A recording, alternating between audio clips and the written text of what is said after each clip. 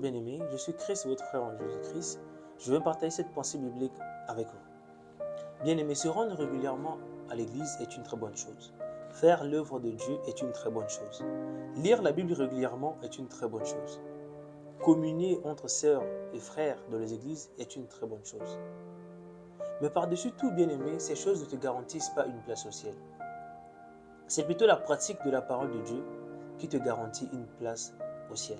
Romains chapitre 2, verset 13, il est écrit « Ce ne sont pas en effet ceux qui écoutent la loi qui sont justes devant Dieu, mais ce sont ceux qui la mettent en pratique qui seront justifiés. » En lisant ce verset, on peut se poser la question « Pourquoi devons-nous mettre la parole de Dieu en pratique ?» En fait, bien aimé, c'est juste que c'est par la pratique de la parole que nous serons justifiés.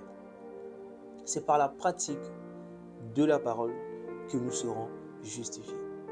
Ce n'est pas seulement lire la Bible, ce n'est pas seulement écouter la parole, mais c'est également la pratique. Aujourd'hui, nous écoutons beaucoup, mais nous mettons en pratique rarement la parole que nous écoutons. La parole que nous lisons, nous mettons rarement en pratique. Aujourd'hui, nous remplissons des églises pour écouter la parole de Dieu. Nous avons des églises de 5 000 personnes, 10 000 personnes.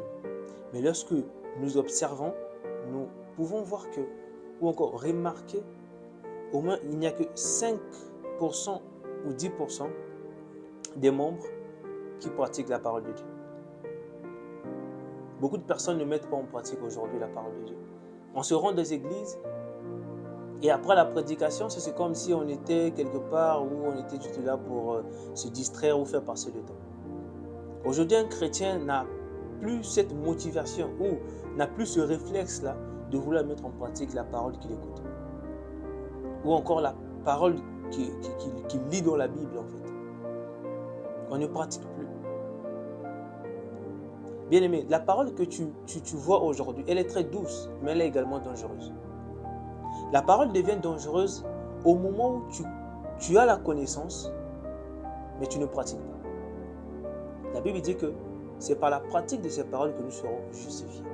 Ça veut dire que si la personne a la connaissance de la parole, mais qui ne pratique pas, son jugement serait compliqué. C'est comme un élève qui se rend chaque semaine à l'école, qui ne révise pas, mais qui espère être admis après les examens. Oui, tu peux être admis. Tu peux corrompre les professeurs. Tu peux tricher. Mais dis-moi un peu, le jour du jugement devant Dieu, tu vas tricher chez qui? Chez l'ange Gabriel? Michael? Tu vas corrompre qui? Les séraphins? Dis-moi bien aimé, comment est-ce que tu vas faire? Le temps que tu es encore sur terre, bien aimé, la connaissance de la parole de Dieu que tu dois apprendre à les mettre en pratique. Arrête de seulement aller chauffer les bancs des églises. Pour qu'on puisse voir que tu te rends à l'église régulièrement. Ou bien parce qu'on puisse voir que tu médites la Bible régulièrement. Mais apprends à mettre en pratique les choses que tu connais. Qui concernent Dieu, bien sûr. La deuxième chose à savoir, selon le livre de Lévitique, chapitre 26, 3-4, il est écrit « Si vous suivez mes lois, si vous gardez mes commandements et les mettez en pratique, je vous enverrai des pluies en leur saison. La terre donnera ses produits et les arbres des champs donneront leurs fruits. » En lisant ce verset bien-aimé, nous pouvons comprendre que la bénédiction est liée à la pratique de la parole de Dieu. Regardez dans Malachie chapitre 3 verset 10. « Apportez à la maison du trésor toutes les dîmes, afin qu'il y ait de la nourriture dans ma maison. Mettez-moi de la sorte à l'épreuve, dit l'Éternel des armées, et vous verrez si je n'ouvre pas pour vous les écluses des cieux, si je ne répands pas sur vous la bénédiction en abondance. » Ça veut dire que pour recevoir la bénédiction en abondance, il faut d'abord apporter à la maison du trésor toutes les dîmes. C'est-à-dire qu'il faut d'abord mettre en pratique cette première phrase. Donc lorsque tu mets en pratique cette première phrase, Dieu va te bénir en abondance. Par là, on comprend qu'il y a des bénédictions dans ta vie bien-aimée. Ça ne demande rien que la pratique de la parole que tu écoutes, la parole que tu lis chaque jour. C'est pas aller sur les montagnes, c'est pas les jeûnes, c'est pas les veilles de prière. Pour toi, c'est juste la pratique de la parole de Dieu. Il y a beaucoup de choses que tu cherches. Ça fait longtemps que tu demandes ces choses. Ça fait longtemps que tu jeûnes pour cette chose, pour cette maladie, que tu pries pour cette personne. Tu as un enfant, il a fini des études. Tu pries pour lui pour que l'enfant puisse même avoir un travail. Mais il n'y a rien qui change. Essaie d'abord d'essayer ce système-là de la parole de Dieu, de mettre la pratique de la parole de Dieu pour lui.